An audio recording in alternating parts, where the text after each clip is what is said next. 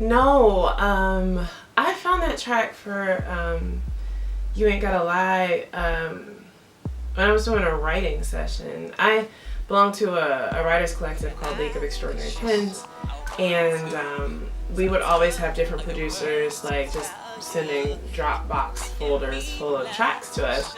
And I think for that one we were writing for Emily Sandy, if I'm not mistaken. But anyway, there's a producer named Chad Dexter who is amazing, and he had this folder full of tracks, and this was like the first one that I heard, and I was like, oh my god, I have to write to this. So really I was supposed to be writing for somebody else, but I was really writing for myself. Like, I knew I wanted this song for myself, and so you know, I floated it in the session or whatever, and you know, like the response was like, yeah, whatever, it's cool. But like, I knew the song was for me, so I really didn't want to give it away. And like, fast forward, because I wrote this song probably like 2.5 years ago. Fast forward, you know, I work for Native Instruments, and I've worked in several different departments at Native, but I moved into the digital supply chain for sounds.com, which is our new online platform for sounds. And as a part of that job, I get to recruit producers, sound designers, musicians to come into our platform and provide sounds. And so Chad was one of the people that I recruited. So he's on the platform, and he's got some amazing stuff. You should definitely check it out. It's probably like my favorite song that I've ever written, and a large part of that is because of the track. Like, the track is just so interesting and vibey to me.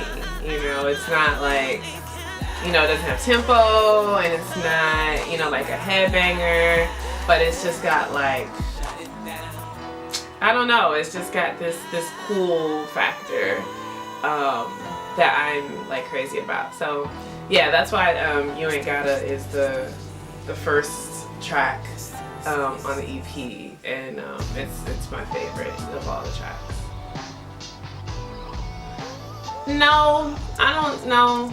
I mean, it was a long time ago when I wrote it, so I don't know. Like, I don't remember if there was some guy that was getting on my nerves. I mean, honestly, You Ain't Gotta Lie, it could apply to everyone, right? It could apply to everyone that you date or are married to. No, I don't think it was about. I don't think it was about anyone in particular. So everyone's off the hook.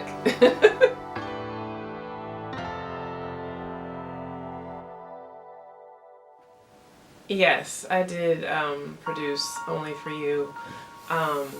I had been wanting to do, I'm like a complete R&B girl. Like, I'm like, you know, Quiet Storm back in the day, you know, when I was in high school. My mother used to make me go to bed like embarrassingly early. And so I would get in bed, and I'd have my, you know, clock radio beside me, and I'd either be using like the red light of like the digital numbers to read, or I would be listening to the Quiet Storm. So I love like baby making music, like sexy time music. That's my shit. And so I wanted to do a song that was just straight down the center R&B, like unmistakable. You know, this is something that you put on, you know, and get your groove to. And so yeah. That's where the track came from. I found like a bass line that I really liked, and figured out like what the tempo needed to be, and just like got the vibe first. I always start with the track, or the track usually tells me what to do for the lyrics or the melody. And so I got the vibe situated, and once I was like, this would work, then the lyrics just sort of came. And I wrote this one a long time ago too, probably like 2 years ago, but I remember at the time I played the song for the guy that I was dating then, and I remember him being like, not like embarrassed or mad, but I remember him being like, wow, that's sort of like steamy or whatever, like just the, you know, the lyrics are what they are. But I think it's fun. Like, the song is super fun to me, and that's why I made the video. The video is, it's kind of you know, intimate, but it's also fun. Like I wanted it to be like a playful, sexy time. Come and work it out till I forget the same.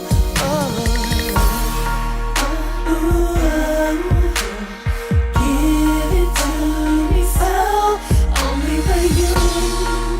And no one's gonna rush this, only for you.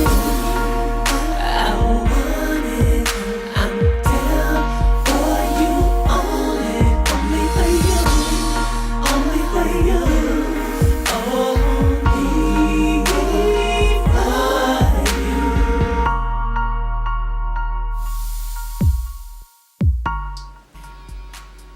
I mean, it's not about anyone in particular.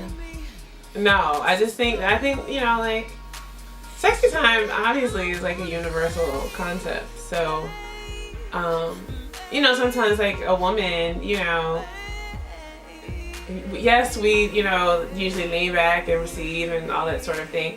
You know, lots of times you get your little, whatever this is, and the energy, you know, goes the other way. And so I think that that's really sort of like what inspired the song. It's just that mood of like, you know, I'm fixing to do some things, you know, to you, and you will receive them, you know. And I think that like that's where like the playful spirit of the song comes out, you know, because it's not just about like being dominated, you know, as a woman, but it's definitely about like exerting your sexual power in a fun and playful way with your partner. So yeah, that's what that was about.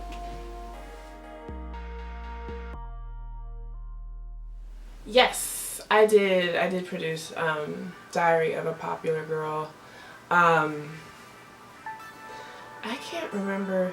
Usually there'll be like one sound. You know, there'll be like a loop of something that I like, and I'll start from there and then build around it. And I think there was like a synth that actually like had some people like talking in it, and I like processed it so that you really couldn't hear it anymore, but the melody was still there. And then I built around that. And I didn't know like really what the track was going to be for. I just started building the track. A lot of my songwriting ideas and titles come from watching TV. So I was watching Zelda on Amazon, and I think it only did like one season, but it was about Zelda Fitzgerald. And apparently she was like this prolific writer. You know, she would keep these journals and diaries, and her husband would read them and use some of the stuff from that for his books. And I guess this was, you know, a little known fact at the time or what have you, and they had gone away, I think, to like the Hamptons or something, so he could write. And she also was keeping a journal, and they had their friends come out to the beach like for a party weekend, and his editor or publisher came and found her journals, and he, you know, was so amazed at like how lively and colorful her writing was, and he was like, you know, we could totally publish it, you know, we would call it, you know, Diary of a Popular Girl. And I was like, now that's a song title if I ever heard one. And so I knew I wanted to write something around that. It really wasn't about like me being popular, because my preference really is to not be popular. You know, I only put music out because like you have to, not because I want to be popular. But I also thought like it was a good sort of like through line for like a not women's empowerment, but I think that as women, like when we're together and we're hanging out together and doing things together and kikiing and talking about, you know, our love lives and this, that, and the other, there is like a feeling of like energy. There's energy that you get from that, and I think that's why women, you know, most women, you know, tend to have a strong sisterhood somewhere, because you do get you get something from that, and from, you know, the women in your family, your mom, your grandma, your aunties, like women who sort of like mold and shape you. You get something from them that you don't necessarily get from doing work, that you don't necessarily get from your romantic relationship. You know, a lot of times in romantic relationships, you're in service, you know, and compromising, and not compromising, but, you know, collaborating, compromising to stay on the same road with your partner. But when you're with your girls, you know, you feel strong, like, in a way. And so that's really, you know, like what sort of drove the content, like the lyrical content of Diary of a Popular Girl. Yeah, so for the bridge of the song, I brought in my girl Elena, who also is a part of my writing collective, League of Extraordinary Pens. She raps and she sings. She's a fierce writer, as you can see on the track. And I just thought that it would be perfect to collaborate, you know, with another woman on the track.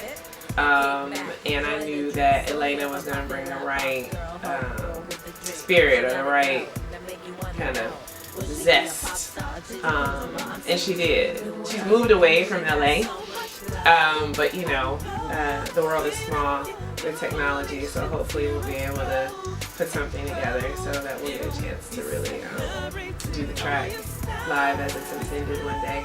But yeah, she brought just what I needed to the track to sort of like close that loop. Thanks, Elena, for hopping on the track with me, and yeah, I hope that everyone, you know, especially all the women, really feel what that song is about, and that it's a part of your regular rotation.